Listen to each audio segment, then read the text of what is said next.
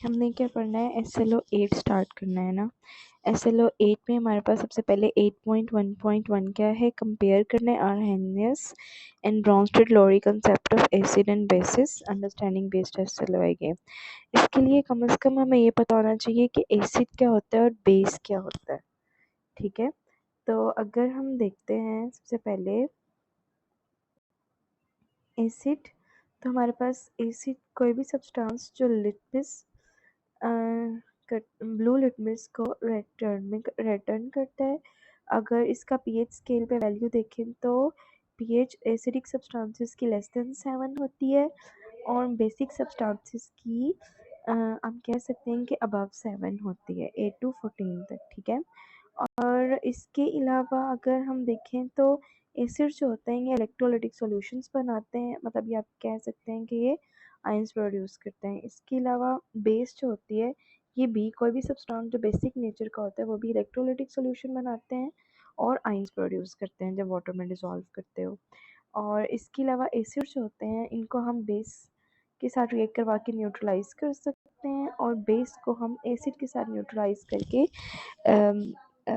React करवा के neutralise कर सकते हैं। फॉर एग्जांपल हम क्या करते हैं, H2SO4 को या HCl ले लेते हैं, HCl को रिएक्ट करवाते हैं किसके साथ, हम NaOH के साथ। स्ट्रॉन्ग एसिड स्ट्रॉन्ग बेस के साथ रिएक्ट करता है और एक न्यूट्रलाइज सॉल्ट बनाता है जिसे हम NaCl बोलते हैं। कुछ एग्जांपल्स देख लेते हैं एसिड्स की, H2SO4, nitric acid, acetic acid, carbonic acid और फॉर्मिक एसिड। नेक्स्ट कुछ एग्जांपल बेसिस की देख लेते हैं, sodium hydroxide, potassium hydroxide, magnesium hydroxide, calcium hydroxide और अमोनिया। अमोनिया मतलब अमोनिया डिसॉल्व्ड इन वाटर, तो उसे अमोनियम हाइड्रोक्साइड बोलते हैं। ठीक है, मोर प्रिसाइजली एक्चुअली क्या होता है अमोनियम हाइड्रोक्साइड, क्या होता है कोई भी सॉल्यूशन रियल में कोई अमोनियम हाइड्रोक्साइड क्या कुछ भी नहीं है। Ammonium hydroxide actually ammonia water है, यानी अमोनिया है जो कि वाटर में डिसॉल्व हुआ है, उसको अमोनिया वाटर या अमोनियम हाइड्रोक्साइड बोलते हैं। नेक्स्ट आर्हेनियस ने क्या कंसेप्ट दिया था एसिड और बेसिस के बारे में। आर्हेनियस ने कहा था कि कोई भी मॉलिक्यूल जो कि हाइड्रोजन आयंस डोनेट करता है जब उसको वाटर में डिसॉल्व करो तो वो एसिड है। ठीक है, और आप ऐसे भी कह सकते हैं a species which donates a hydrogen ion in aqueous medium. बस इसी डेफिनेशन की साइंटिफिक फॉर्म है, यानी आप वाटर लोगे एक बीकर में और उसके अंदर अगर आपने सब्सटेंस डाला है, अगर तो वो सब्सटेंस एसिडिक नेचर का है तो वो क्या करेगा, वाटर में हाइड्रोजन आयंस डोनेट करेगा, तो वो आर्हेनियस की डेफिनेशन के अकॉर्डिंग एसिड होगा। आर्हेनियस ने फर्स्ट टाइम एसिड बेस का कंसेप्ट दिया था, फर्स्ट थ्योरी जो एसिड बेस की आई है वो आर्हेनियस ने दी थी। ठीक है, सो हम ये भी कह सकते हैं एक प्रिसाइज डेफिनेशन और आ जाती है कि अ species which can dissociate in aqueous medium and gives hydrogen ions is called Arrhenius acid. यानी कोई भी स्पीशी हो सकती है, कोई भी आपके पास मॉलिक्यूल हो सकता है, कोई भी पार्टिकल जो कि एक्वस मीडियम में डिसोसिएट हो रहा है और हाइड्रोजन आयंस रिलीज कर रहा है, वो हमारे पास क्या है, acid. For example HCl, water में जब आपने उसको डिसॉल्व करवाया तो हमारे पास H पॉजिटिव आयंस रिलीज हो गए वाटर में। ठीक है, तो आर्हेनियस का जो कंसेप्ट था इसकी लिमिटेशन क्या थी। आर्हेनियस के कंसेप्ट की लिमिटेशन ये थी कि according to Arrhenius Arrhenius concept के अकॉर्डिंग हम सिर्फ उन सब्सटेंस, उन पार्टिकल्स या उन मॉलिक्यूल्स की ही सिर्फ एसिड और बेसिक नेचर फाइंड कर सकते हैं जिनके पास हाइड्रोजन है, यानी एनी हाइड्रोजन कंटेनिंग स्पीशी जो है हम सिर्फ उसी की एसिडिक और बेसिक नेचर फाइंड, उसी तक लिमिट कर रहा था ना ये। ऐसे भी तो एसिड्स होते हैं जिनके पास कोई हाइड्रोजन आयंस नहीं होता, ऐसे भी एसिड्स बेसिस होती हैं जिनके पास हाइड्रोक्सिल आयंस भी नहीं होता, लेकिन उनकी फर्दर करेक्टरिस्टिक्स की बेसिस पर हम उनको एसिड या बेस डिक्लेयर करते हैं। तो वो आर्हेनियस की कंसेप्ट की यही लिमिटेशन थी।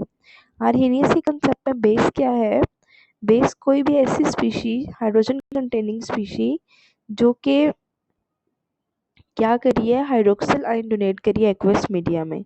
यानी आर्हेनियस ने कहा था कि अगर कोई सब्सटेंस है आप उसको वाटर में डिसॉल्व करते हो, तो अगर तो वो हाइड्रोक्सिल आयन वाटर में डोनेट करता है, जैसे ये पोटेशियम हाइड्रोक्साइड कर रहा है डोनेट, तो वो हमारे पास बेस है। ठीक है, so Arrhenius concept is based on the ionic dissociation of substances in water. अगर सब्सटेंसेस की वाटर में आयोनिक डिसोसिएशन नहीं हो रही है, लेट्स सपोज, या सब्सटेंसेस के पास हाइड्रोजन और हाइड्रोक्सिल ग्रुप ही नहीं मौजूद, तो उनको हम कैसे क्लासिफाई करेंगे। ठीक है, तो उसके लिए फिर हम बाकी और कंसेप्ट हैं उनकी हेल्प लेते हैं। फॉर एग्जांपल हमारे पास एक और कंसेप्ट आता है ब्रॉन्स्टेड लॉरी कंसेप्ट। ये दो डिफरेंट साइंटिस्ट हैं, इन्होंने अलग-अलग ये कंसेप्ट दिया था। ठीक है, क्या है हमारे पास ये, इनके according acid is a proton donor. इनके अकॉर्डिंग क्या है, कोई भी सब्सटेंस जो प्रोटॉन डोनेट कर रहा है वो क्या है हमारे पास, एसिड। ये एबिलिटी रखता है प्रोटॉन को डोनेट करने की, वो क्या है हमारे पास, एसिड है। ठीक हो गया।